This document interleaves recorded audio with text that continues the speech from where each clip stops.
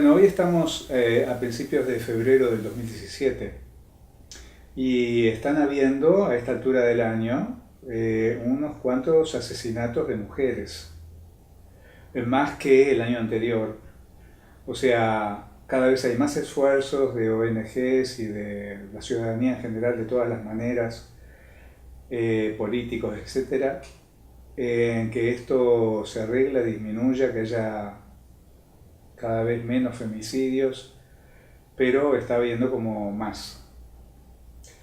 Y quisiera charlar de un tema muy importante, que es cómo una persona me decía hoy que no podía entender cómo era que se podía dar que un hombre hiciera esas cosas. Usaba como referencia a este hombre que decía que no podía entender, se usaba como referencia a sí mismo, como que se veía como que él era incapaz de una cosa así y no podía entender cómo otros hombres podían llegar a eso. Pero lo más importante es que lo descalificaba, eh, digamos, como negándole a esos hombres la posibilidad de existir de esa manera. O sea, el asesino que termina matando a su mujer, de repente a sus hijos, o a su mujer delante de sus hijos, ese tipo de cosas, de disparates, ¿estamos de acuerdo? Pero ve solo al hombre y el gesto y no tiene en cuenta su circunstancia,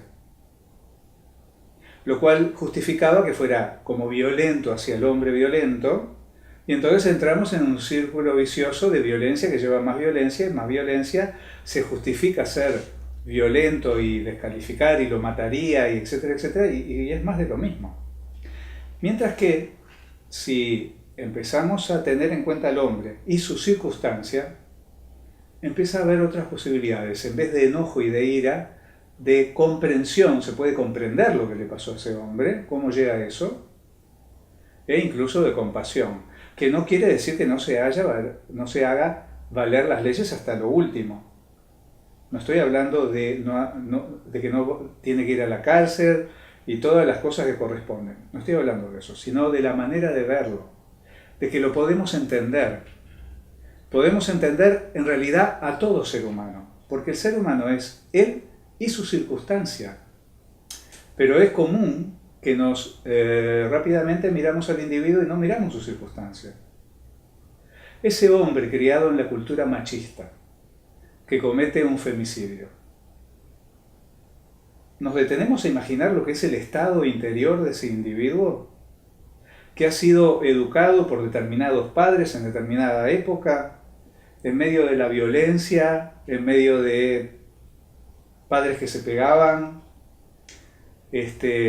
generalmente hay de este tipo de cosas, o de violencia de todo tipo, y en una idea de la cultura machista de que el hombre tiene que ser violento, agresivo, ser capaz de llevarse el mundo por delante, que no puede, que tiene que relacionarse con la mujer de determinada manera, y que está condicionado a relacionarse con la mujer y la familia y la sociedad de esa manera rígida, desde el yo sobrado y macho, que mal entendido, que termina en la agresión y la violencia, que no soporta nada, que tiene pocas pulgas, que toda una cantidad de problemas de la cultura machista. Entonces, observemos que el hombre es la primera víctima de la cultura. Imagínate cómo es el existir interior de un individuo que termina haciendo eso. Generalmente, esté más consciente o no, es un torturado interior. Un torturado por las presiones que tiene interiormente de que tiene que rendir de determinada manera como macho, insensible a niveles más profundos de sí mismo. Y terminando con esas torturas que terminan saliendo para afuera. Y cualquier individuo que analiza al femicida, al criminal, se tendría que preguntar, ¿y si yo hubiera estado en los zapatos de él? Criado por padres como los que él tuvo, en determinado ambiente, en determinada época y lugar, pasando por las historias que él pasó, ¿puedo asegurar que sería mejor que él? ¿Quién puede asegurar que sería mejor persona si hubiera tenido circunstancias peores de vida? Nadie lo puede asegurar. El hombre es él y su circunstancia.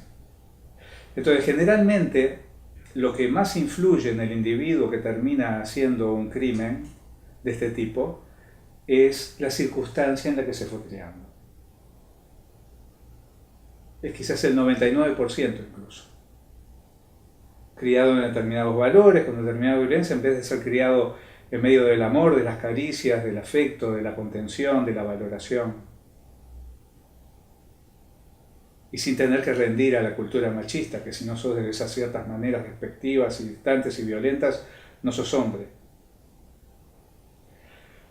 Entonces, bueno, quería rescatar en este momento actual este tema de, esta parte del tema del femicidio, de la violencia familiar, que es que podemos comprender lo que le pasa a todo ser humano y podemos comprender cómo llega un hombre a esos disparates. Es el resultado de todo un problema cultural, de todo un problema de las circunstancias que le favorecieron caer en eso y que está mostrando el estado torturado, el ser torturado que fue toda la vida hasta que desemboca en eso. La primera víctima es el hombre.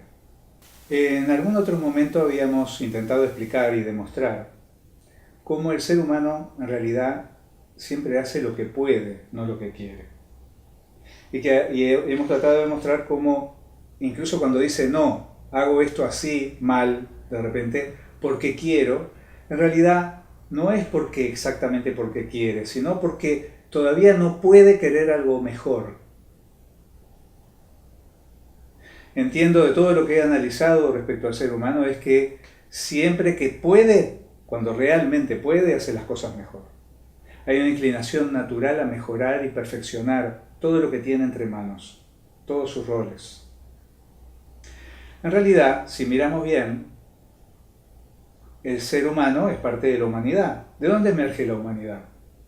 Bueno, la humanidad, el ser humano, está hecho de alimento que viene de la tierra. Y la tierra viene de toda la dinámica cósmica desde el Big Bang. Y como expresión de la materia, vemos que siempre la materia, siempre que pudo, mejoró, evolucionó.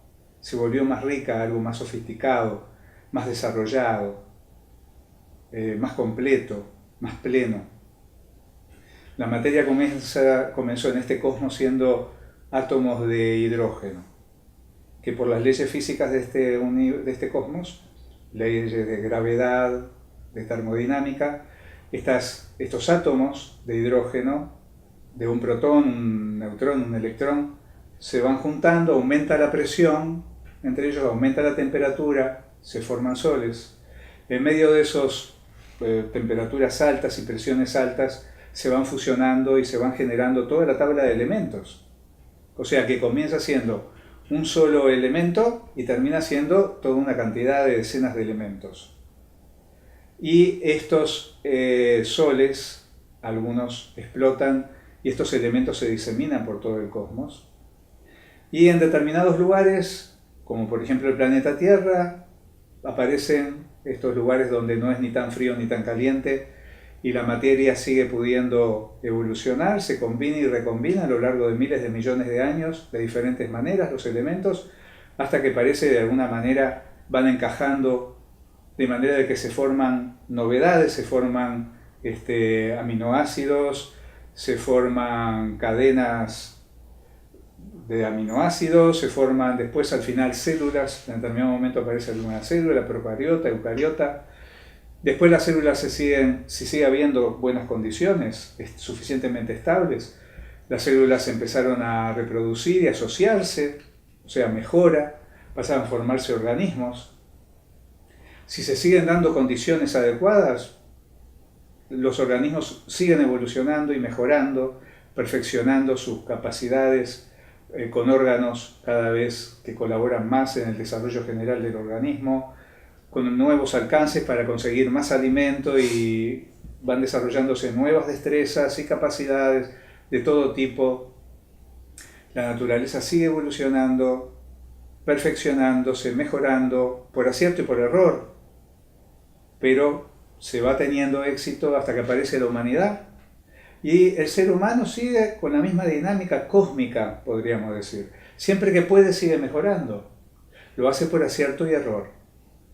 O sea, en los seres humanos vemos que comete errores y aciertos y va aprendiendo. Si tiene tiempo aprende cuando comete errores.